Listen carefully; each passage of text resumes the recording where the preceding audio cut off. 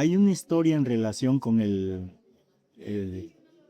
tinte de la Gran Cochinilla interesante, porque eh, se refiere también al hecho de que pues ese colorante es muy importante en la historia de la costa, de la Mixteca de la costa. Es muy interesante porque además de que es un colorante que se cultivó y que fue así como muy importante durante el periodo colonial para la historia de la alcaldía mayor de Jicayán. Jicayán es el pueblo en la Mixteca de la Costa que fue la capital de la plena Cochinilla. Se sabe, inclusive, que por esa razón esa alcaldía mayor era muy codiciada. Después de la ciudad de Puebla, en Cayam era la plaza o la alcaldía mayor a la que muchos querían gobernar por los ingresos de la Gran Cochinilla, de esa alcaldía, ¿no? O sea, esa alcaldía fue una fuente de ingresos muy importante. Y ahí el alcalde mayor, en el periodo de auge de la Nana Quechenil, fue el papá del historiador Clavijero, el que ocupó el cargo de alcalde mayor, y a eso se debió la presencia de toda la familia de Clavijero en la costa, al grado de que un hermano de el autor de la historia antigua de México nació en Jamiltepec.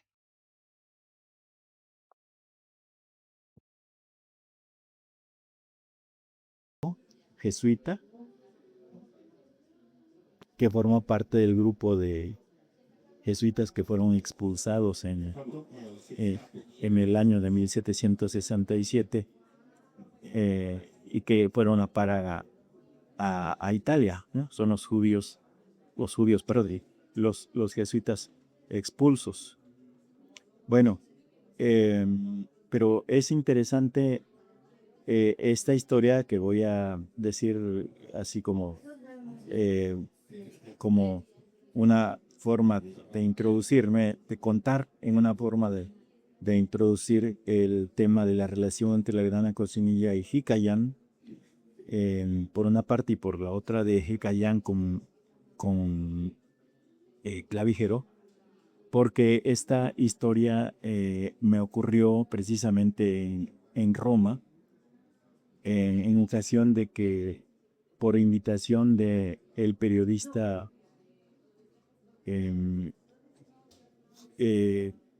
Jorge Gutiérrez, que era corresponsal de varias publicaciones e incluso programas de noticias de México, pero era corresponsal en Roma, y él era amigo del historiador del Villar, un famoso historiador que falleció hace algunos años, ¿no?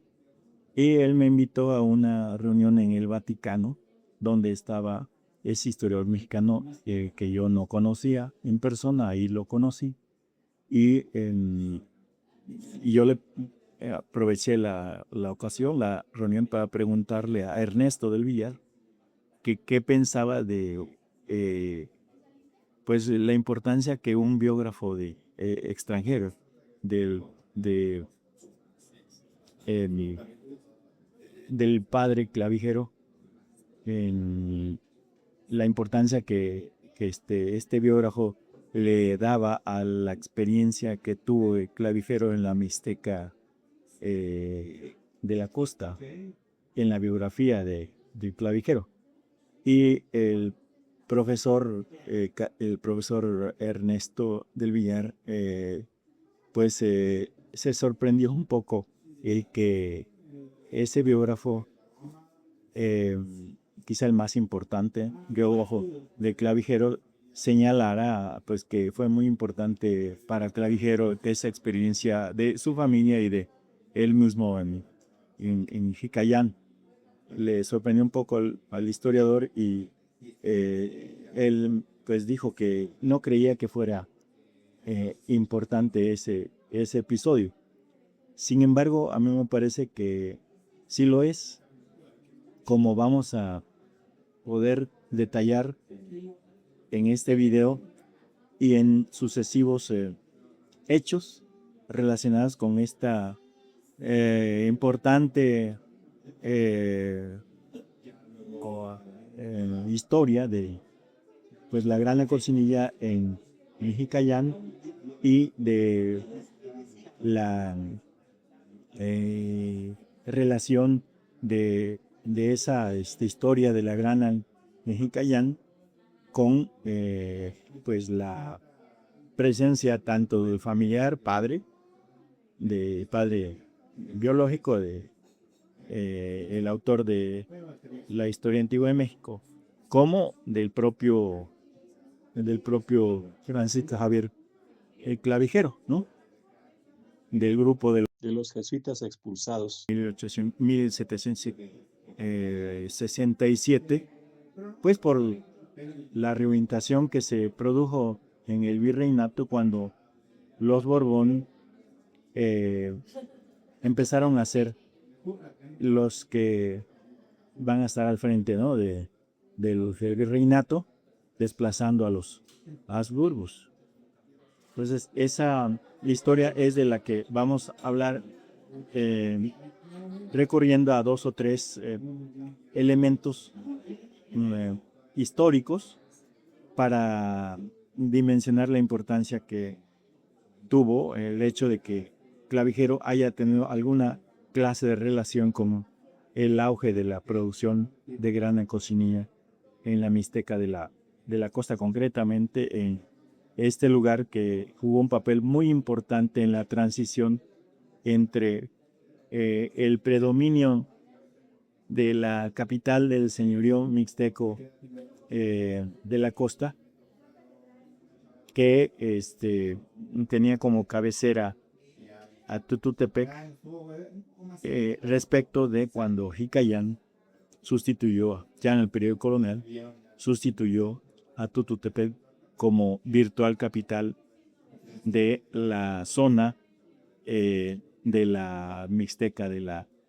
costa, ya no ubicada en la ribera del Río Verde, o la ribera oriente de la cuenca del Río Verde, sino ubicada en lo que va a ser el distrito judicial de Jamiltepec, al que pertenece tanto Jicayán como el pueblo que se fue perfilando poco a poco en la real cabecera por su dimensión, por la importancia que adquirió Pinotepa Nacional, ¿no?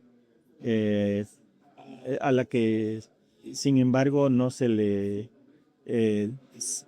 dio el rango de cabecera de este distrito judicial en el siglo XIX, sino que se le dio a Jamiltepec. Entonces, eso lo vamos a describir en lo que sigue en este video. Para mí, que soy originario de la costa,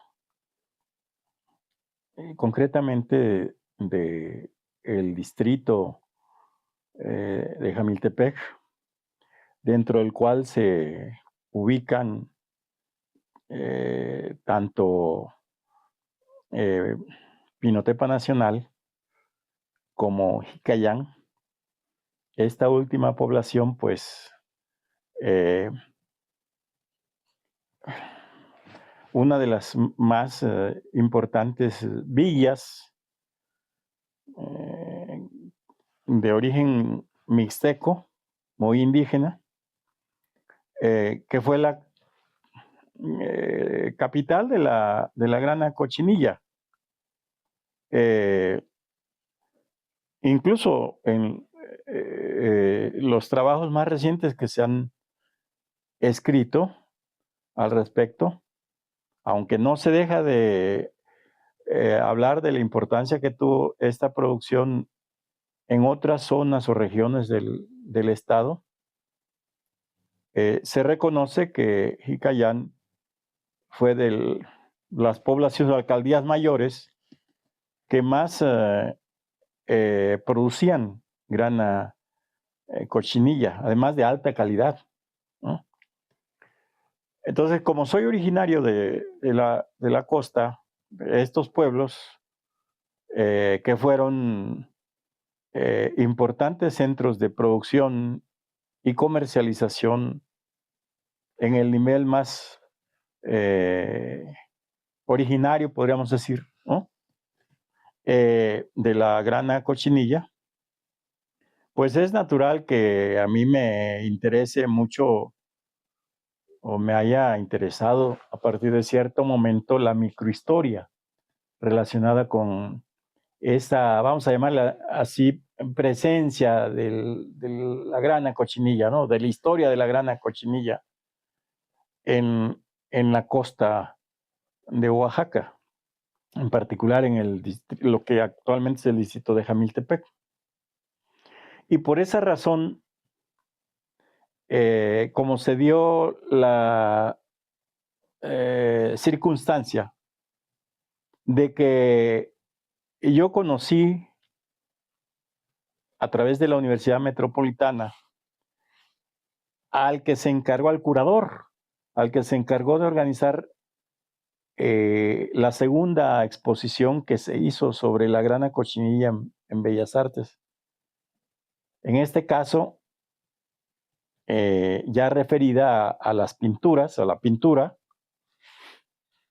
a las obras pues pictóricas, ya no nada más a los tejidos, que fue el motivo del primer evento que se hizo en Bellas Artes para mostrar la importancia que tuvo este colorante, que tiene este colorante en la historia no solo del país o del estado de Oaxaca, ¿no? Sino del mundo, ¿no? Entonces, como yo conocía al curador lo supe en el momento en que acudí a este evento cultural, a la inauguración del evento cultural, que el curador era pues amigo de la universidad, que tenía relación con la Universidad Metropolitana, ¿no? En aquel momento, George Roque, experto en pintura holandesa, al que inclusive yo ya le había pedido, sabiendo que esa era, digamos, una materia en la que él era un experto. Como yo estaba trabajando mucho los temas del siglo XVII, le llegué a hacer una invitación en el sentido de que pues les hablara a mis alumnos de la pintura holandesa, la pintura flamenca, en fin, ¿no? De ese periodo del siglo XVII. Yo ya le había pedido sin ponerle mayor énfasis, la verdad sea dicha, sin ponerle mayor énfasis a la invitación. Pero yo entonces ya sabía que él era una persona que inclusive había sido contratada para hacerse cargo de la curaduría de esta exposición sobre la grana cochinilla en Bellas Artes de hace algunos años, ¿no? Ya son varios. E incluso se sorprendió mucho George cuando me vio entrar a la sala Manuel M. Ponce, porque me vio portando el libro Un rojo perfecto, de Amy Butler Grenfield, en su versión en español, en su edición española por la Universidad de Valencia,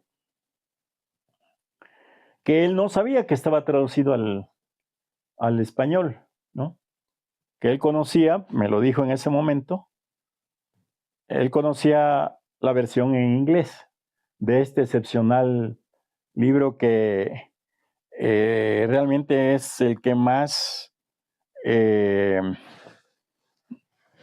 da cuenta de la importancia que tuvo en la grana cochinilla en Europa una vez que es llevada por los españoles, ¿no? Después de que la encontraron en el mercado de Tlatelolco y que, bueno, se dieron cuenta también que tenía mucho valor, quizá no tanto como el del oro, pero sí se fueron persuadiendo los españoles del enorme valor y la demanda que había de ese colorante en Europa cuando los, digamos, habitantes del viejo mundo y sobre todo los metidos tanto en la industria de los tejidos como en el mundo de la pintura, se dieron cuenta de todas las virtudes que tenía este colorante obtenido del insecto que anida en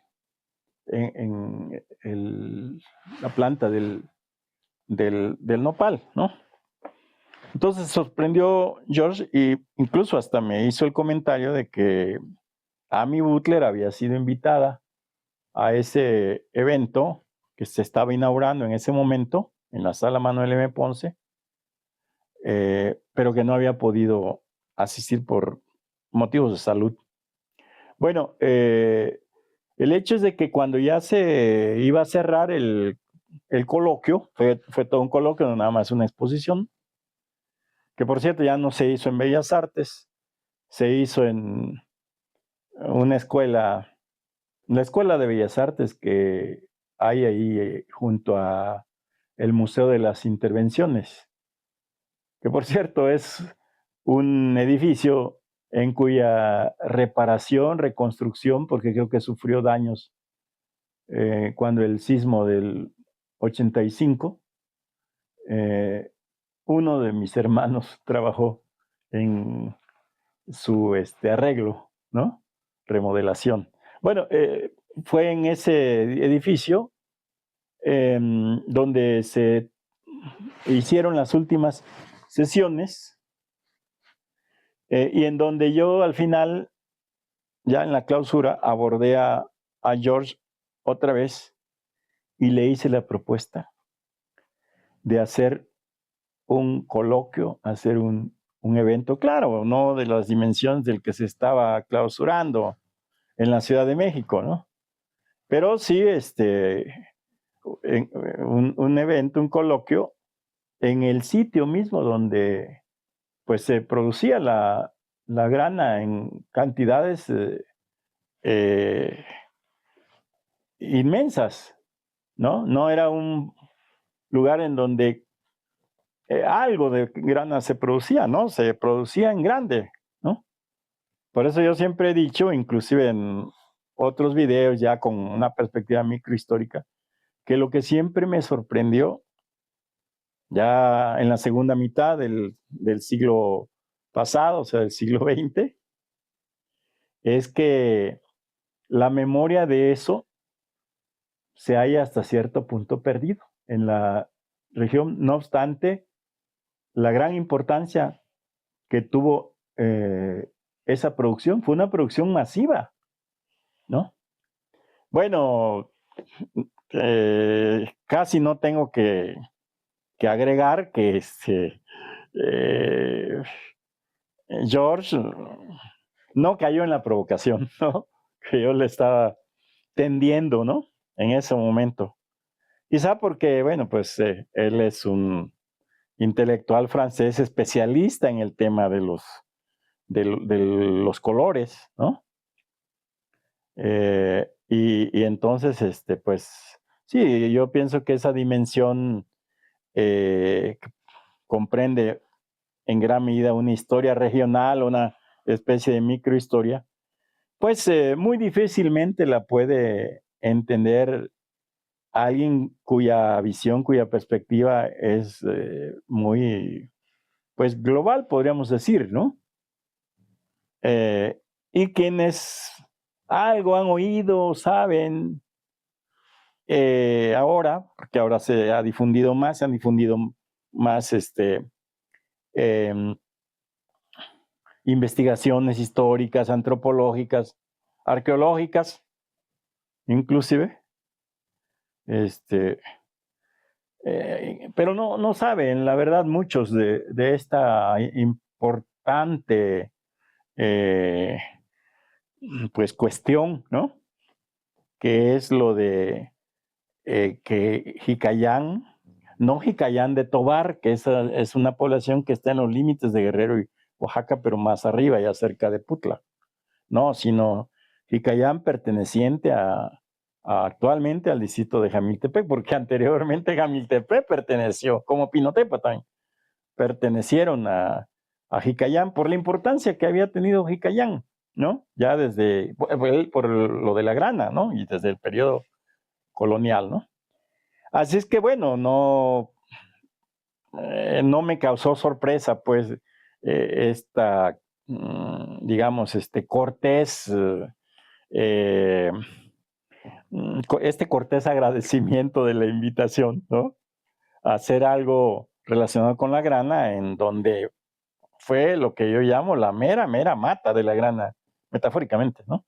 La mera mata de la grana cochinilla. Y que algunos historiadores oaxaqueños, por una cierta tendencia eh, relacionada con lo que algunos oaxaqueños hemos llamado vallistocracia, ¿no? O sea, no han valorado en la forma en que lo debieron de haber hecho desde hace tiempo, porque bueno, a nivel del Estado también se reproduce el centralismo que hay a nivel de la federación, ¿no?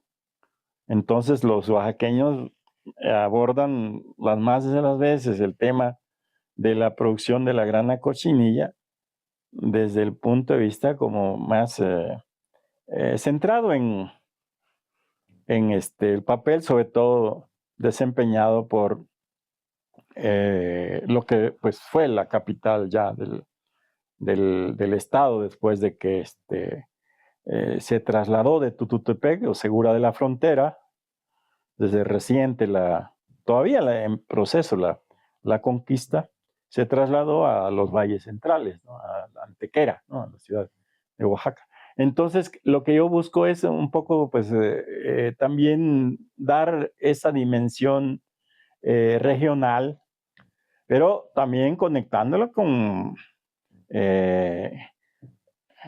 procesos o hechos, ¿no? Que en cierto modo desbordan lo local o lo regional y que se centran también se refieren también a, digamos, la globalidad que el producto de la grana produjo en el mundo, ¿no? En un trabajo muy reciente que ameritaría un video especial, inclusive se insinúa, no se hace un planteamiento muy explícito, pero se insinúa que incluso el carácter indígena o la condición indígena de Oaxaca, ¿no? Está intrínsecamente relacionado con la producción de la grana cochinilla. A ese grado llega la importancia de la presencia de este colorante en la historia del Estado. Pero no hay que dejar de lado lo que serían así como los márgenes, ¿no? De estado, ¿no? Porque pues, también la costa había permanecido hasta apenas hace algunos años desconectada, muy desconectada del centro, ¿no? Y siempre el centro pues veía con algo de desdén, salvo por motivos que tienen que ver con lo de la guelaguetza y eso, con cierto desdén a lo que, ya en la época del México independiente, ¿no? Empezó a ser la costa, ¿no? Muy avanzado el periodo independiente, ¿no? Entonces, por eso creo yo que sí,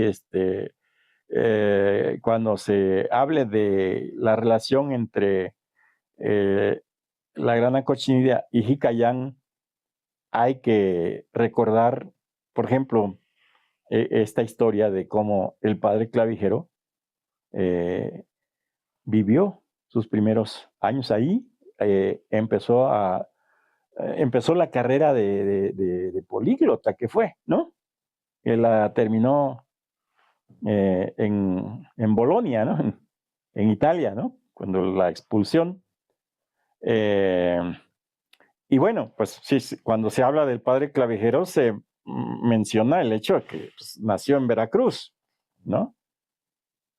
Y sí se sabe lo de que su papá fue alcalde mayor, pero no se le da la importancia que quizá tuvo, que fue el hecho de que su primera experiencia, su primer contacto con el mundo indígena, ¿no? Fue precisamente en Jicayán y las poblaciones, pues, cercanas, ¿no? De las cuales, por ejemplo, en el caso concretamente de Jamiltepec, él en alguna parte de la historia antigua de México describe las fiestas que se hacían en las enramadas ahí en Jamiltepec en el siglo XVIII, ¿no? Es que, o sea, su relación con estos poblados no fue una relación tan esporádica o casual, ¿no? Tuvo un profundo significado porque pues él ahí aprendió algo del mixteco, ¿no? Entonces, pues a través de este video yo quiero darle este enfoque, ¿no? A pues la relación entre el pueblo que fue la mera mata de la Grana Cochinilla y el famoso historiador humanista, ¿no? Jesuita,